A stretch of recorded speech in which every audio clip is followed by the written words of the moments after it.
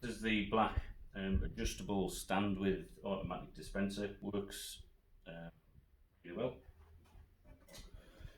If we turn it round, it does require some assembly, but you can adjust it up and down to suit the height. If it was at a school of some tall people, it's got all settings.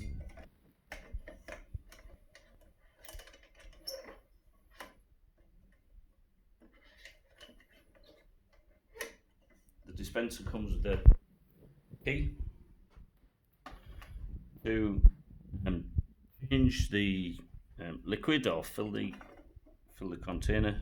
Switch it off, open up the unit, put these two clips together to remove the tank.